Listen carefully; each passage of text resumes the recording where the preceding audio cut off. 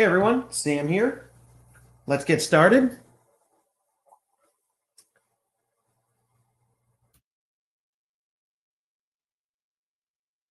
All right, welcome.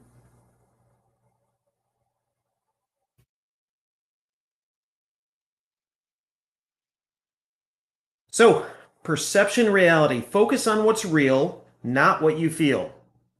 Okay? When it comes to buy and sell decisions in the market, even more important to focus on what's real and not what we feel. Right?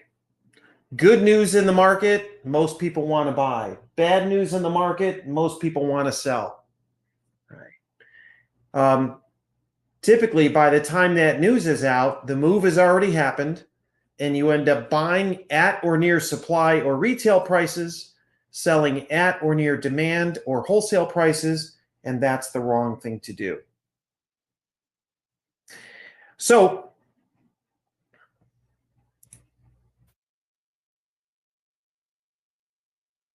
all right, sound should be okay, right?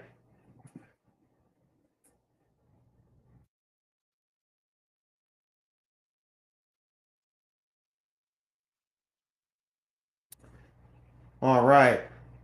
Sorry about that. Um, for a second there, I wasn't sure if it was if this was working or not, but it looks like we're good. Okay, so let's dive in. Supply demand zones at work. Let's talk about them.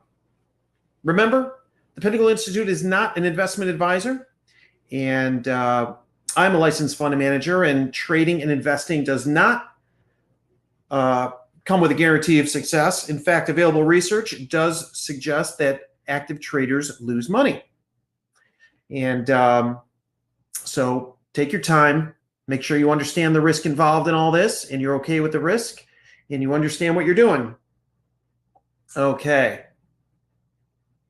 Today, a little mini lesson, we are going to focus on a couple things. One is going to be inverse markets. Now, we're not going to dive deep into this, but it is a key part of the original supply demand strategy. And if you look at these screenshots are from yesterday. So the screenshot on the left, this is there's a market forecast that we produce every day for our members at the Pinnacle Institute. Yesterday, what we were going over in the early, this is before the market got going, of course. Okay, so you can see over here, SH is the market. That is the inverse S&P was sitting right into a qualified or real supply zone, right? Now, again, the reason why we say real there is because a lot of people, their definition of what a supply and demand zone is flawed. There's a lot of people that are teaching supply and demand that have never even traded supply and demand. So you got to be careful.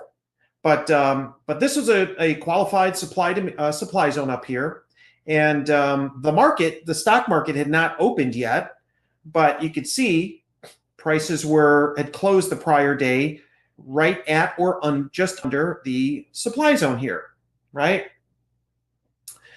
So what happened from there was yesterday when the market did open, you could see the date here. Obviously, the stock market. So this is a screenshot of the stock market itself. I forget which market this is. Might be the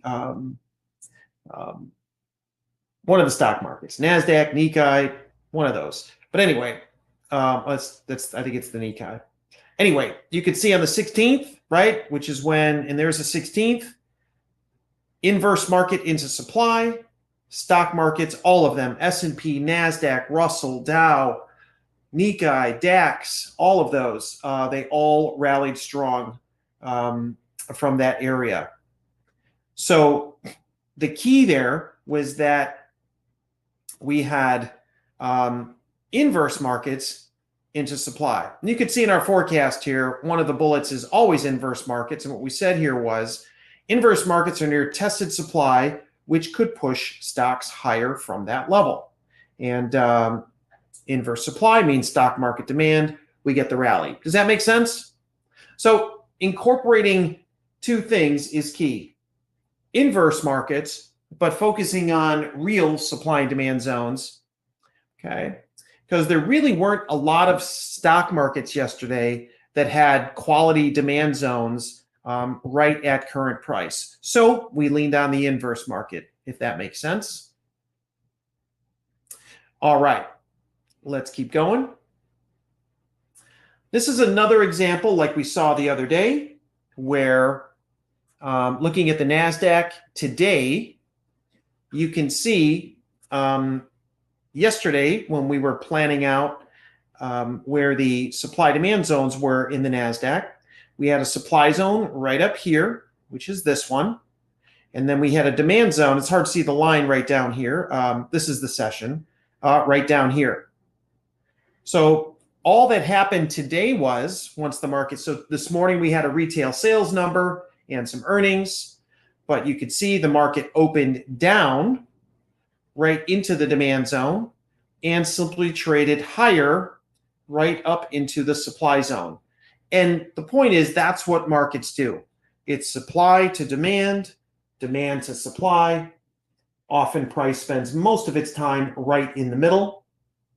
And again, going back to the mid-1990s when I developed the trading strategy on the trading floor of the Chicago Mercantile Exchange, back then I had paper orders in front of me on the trade desk. Big stacks of buy orders, big stacks of sell orders. All price would do is move from the buy orders, for example, down here, the demand, up to the sell orders, which is where that was the market's real supply, and then often back again and right in the middle. Prices would stay in that range until one side, either the seller, the supply, the sell orders are gone or the buy orders are gone, right? Same thing here in this one, okay? And anyway, so understanding how and why prices turn and move in markets really comes back to just understanding pure supply and demand.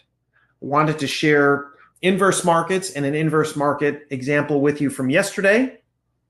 And then today in the stock markets, a big, sort of big gap down. And then, but price coming right down into demand and then rallying right up to supply. Another way to say that, prices moving from wholesale prices to retail prices. That's how all this works. Hope that was helpful. Have a great day.